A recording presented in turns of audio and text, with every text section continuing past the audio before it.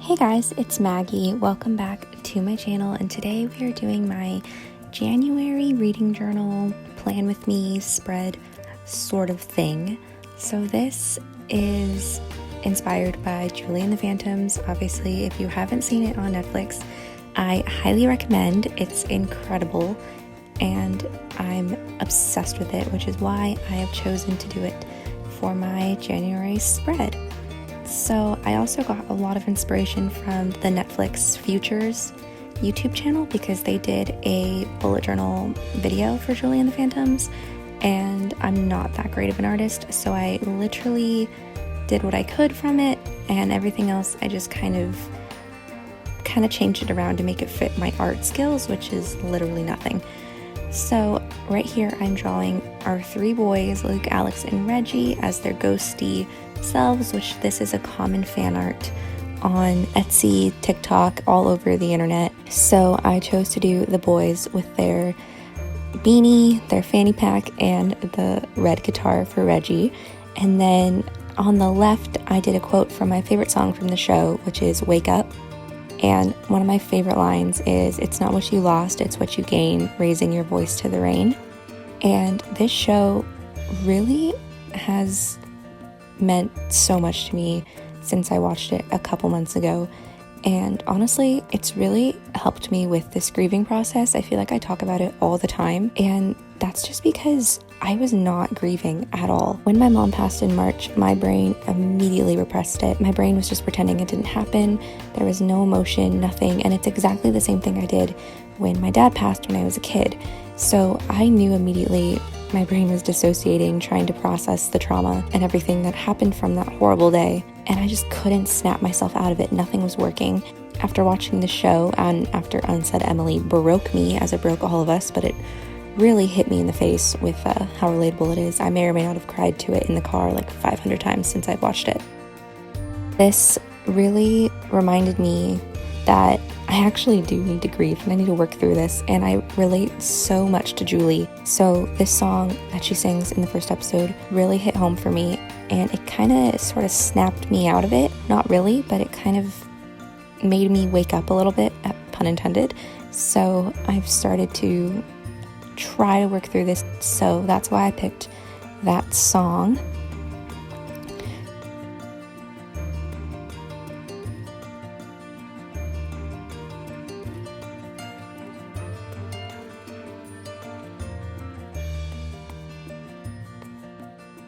So here I'm just adding some washi tape. They did this in the Netflix version as well. They also added the brown paper, which this is actually pieces of my Chipotle chips bag that I had last night. So that's literally what I use. I save the chips bag whenever I get Chipotle, which is far too often. And this little glue thing was not working very well at all. I kept having to rip it and start over. So there we go.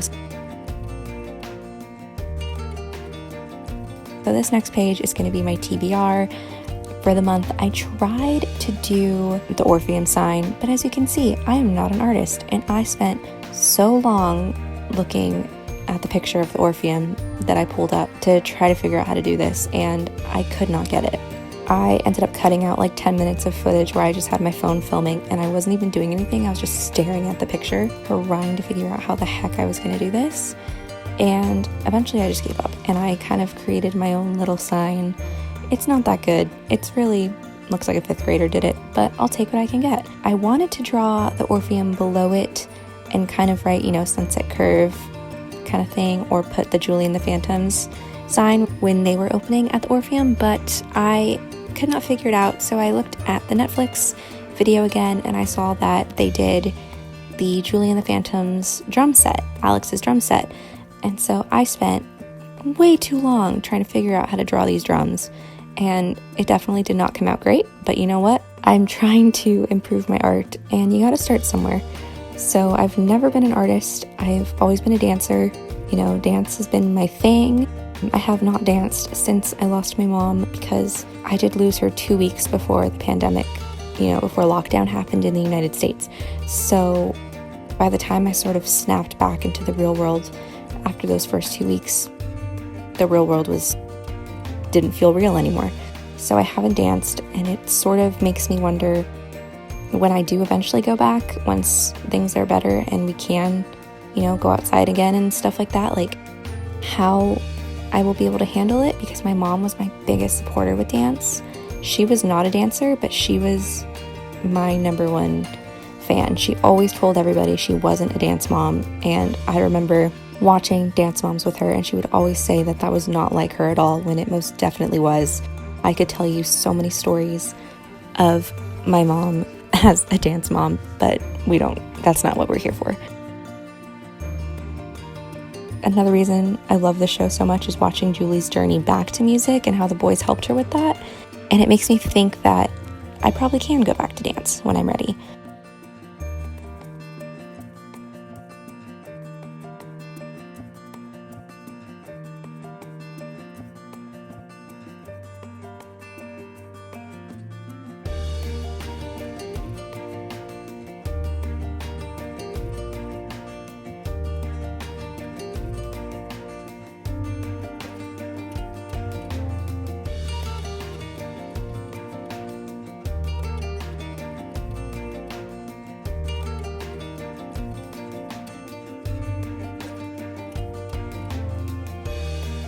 My lettering here was not good, and then you can see I totally messed up coloring this in. It all blended together, and it was more pink than I wanted it to be, but oh well.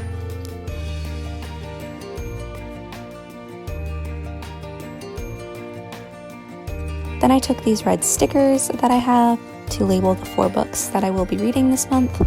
I'm not including any comics in the TBR because I just read comics sporadically. So as I'm recording this, I've already read 3 volumes of comics. So I'm probably going to read a lot more comics this year than actual books, but we'll see.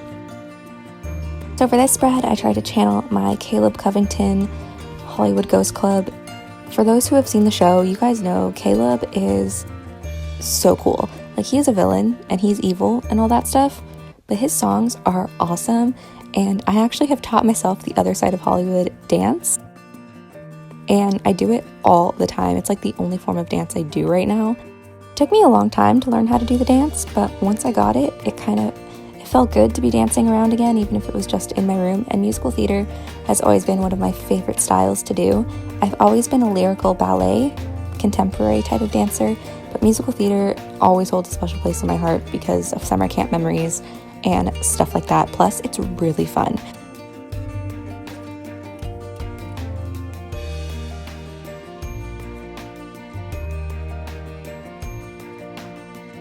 So here I am drawing the Hollywood Ghost Club signature logo thing, whatever you want to call it. Again, it didn't go as well as I expected, but I tried. I took this inspiration from both a picture of the logo that I found on Google and from the Netflix YouTube video. And I tried to match the font in the logo with the day's red, so obviously I didn't even say what this page was. So this is my daily tracker for reading. I'm going to be coloring in the square if I read that day.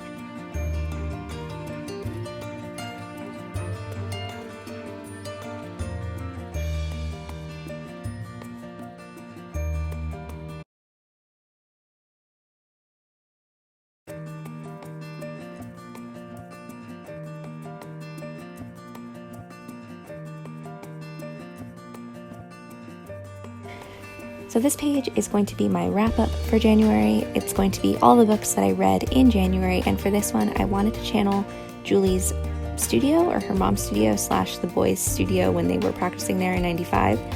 And in the YouTube video they make it look so beautiful and so easy, but like I said, not an artist, and I spent way too long figuring out this piano.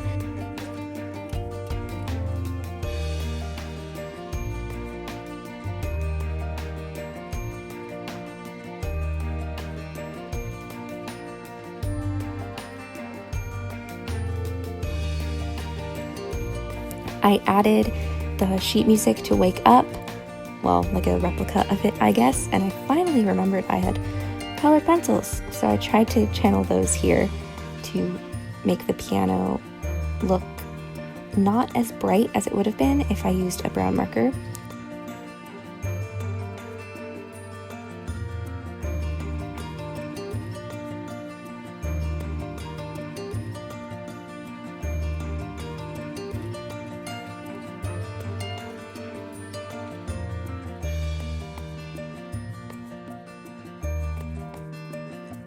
So this part I messed up with the keys. It just all blended together and I kind of was like, you know what? It's fine. It's fine. Everything's fine.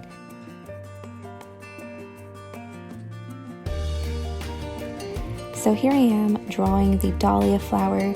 For those who have watched the show, you know the dahlia flower is very important to Julie. It was her mother's favorite flower, and throughout the show we see a lot of references to it. So I really wanted to draw a version of the flower on this spread, but I could not figure it out. I was actually following a tutorial I found on YouTube on how to draw the flower, which is why I did not film myself tracing the flower because it took me way too long. Drawing this entire, 6-page spread that I do probably took a day or two. It took me a lot longer than I expected. I ended up going with this darker pink to match the flower. I wanted it to be closer to the show as much as I could, but I didn't have the exact color, so I figured this was as close as we're gonna get.